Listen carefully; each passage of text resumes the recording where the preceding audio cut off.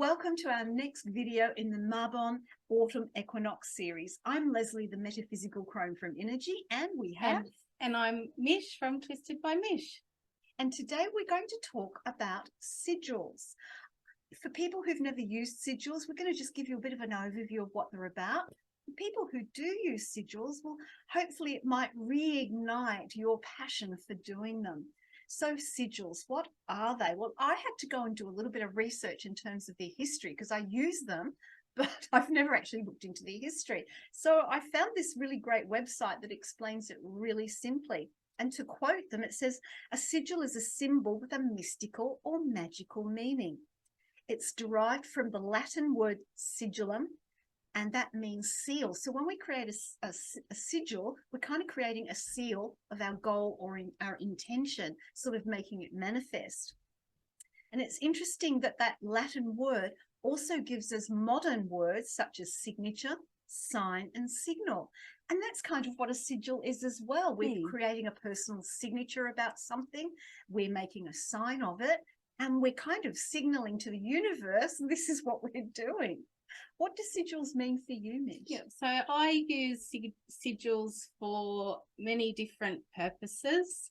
The type of sigils that I use are actually the Osman spare method. So I put them if I want to attract something to me, if I want to banish something from me, if I want to just to set intentions, to improve the favorism of a situation, lots of different things to get rid of things. I have definitely if you follow me, you will have seen sigils on my Twisted by Mish page when I was when I had somebody clone my page. So little things, yeah, I use it for a lot of things, and I will combine it with other magic as well. So combine it with poppets and candles and things like that too. And that's the wonderful thing about sigils. You can use them on their own, but you can use them in conjunction with other things like healing, for example. Doing energy healing, having a sigil that you can use that is something, it's almost like an anchor or a touchstone to remind you of the healing, and that energy is still working with you. So that's one way I like to use them. And there are many different ways of producing sigils. Like you, I actually did a workshop with a close friend of ours, Rowan Element from Fairy Dreaming, many, many years ago. And I actually learned that way of doing sigils. And then through another lovely lady that I know, Tea with Karen, she had another product that she produced on how to make sigils. And I've been using that one more recently. And we'll talk more about those as we go through. Yeah, so I actually learned the Osman spare method from Lily too, and her one of her workshops. So, and it just totally, it was just right. I've tried other types of sigils, but I always come back to that one. So. And it is finding what works for you, because we're all unique individuals. We all have our own outlooks on things, and because something works for me that might not work for Mish doesn't mean it's wrong, and vice versa. If something works for Mish and doesn't work for me, doesn't mean it's wrong to me. It's just the different energies and where we're at in the moment. And also I feel like one of the reasons we're talking about where we learned about sigils is that it's so important to understand that when we're doing any of our spiritual work, any of our magic work, energy work, whatever it is, we are always standing on the shoulders of those who've come before us, those who have been our teachers and our mentors previously. And I always like to honor them. It's not like we just suddenly have discovered it all and know it all. No, we're students as much as anyone else is when it comes to this work. So, do you want to explain the type of sigil that you create? So the type of sigil that I create is I use the letters. So I will write, I guess, like an affirmation. I like to write down. I start off with almost journaling of what exactly I want the outcome to be. What exactly I want the outcome to be. And of course that will become a sentence. And it will be a simple sentence, and it will be a direct sentence as if it is. So I don't do the I wish tomorrow to be sunny, for example. It would say the date and will be sunny, or is sunny, I should say. Yeah. Is sunny. Yeah. As though it was happening right now. Yes, as if it's already happened.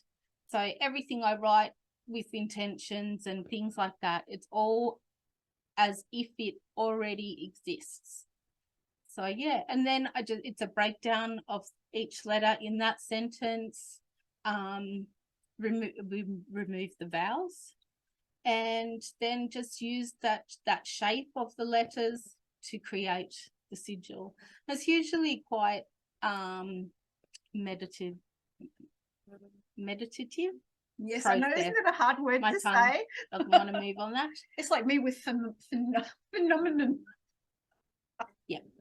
So yeah, so it's sort of you really sort of get into that moment, you know, while you're doing it, you're visualizing exactly how it's going to be, exactly how, you know, it is, and then create the sigil around that. Yeah. So I take a very similar approach.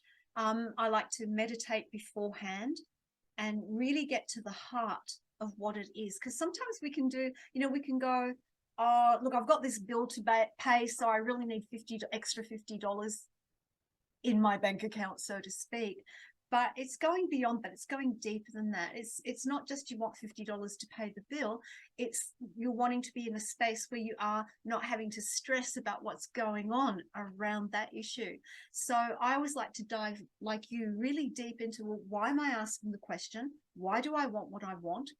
Is it something I truly need, or is it just a desire that would be nice to have in my life?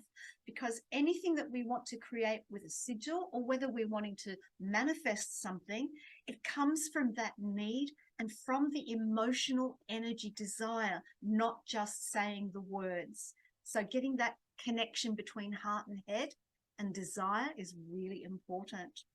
The way I do it, like you, I create my sentence once I've meditated on it, thought about it, and really taken responsibility for what it is that I want to bring in through this sigil, or what I want to release by using this sigil. And then I create the sentence as well. Like you, I create it as though it has already manifested. I say time does not exist whilst I am creating this sigil. This is what it is. So for me, it might be, I am feeling fully connected to spirit when I'm doing my reading today, that kind of thing. Then instead of, I use the letters as well. So what I do is, like you, I remove all the vowels and I remove any double letters. So if there are like 2 L's in a word, I only use 1 L. Then to create the sigil, I use this wheel. I don't know if you can see, oh, there we go.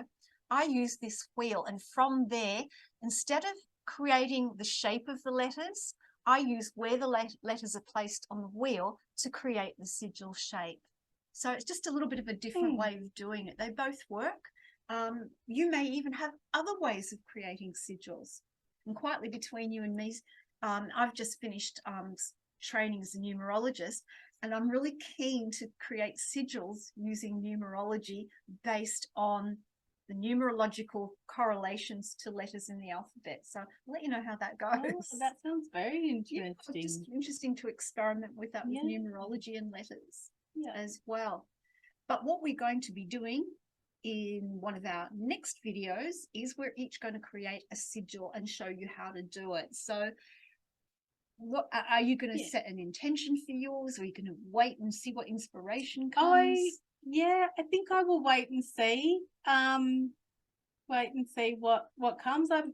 I might go off what comes from our readings that we do, and what comes of there. And I think I'll just wait and the right thing will come. The right thing will come as to what to do. And just to be able to show you an example of how I use this particular type of sigil magic for me. Yeah, we were going to try and do it in one video, but we thought that might be too confusing. So we'll put it up as separate videos. You can watch them both, and then you can see what might work for you.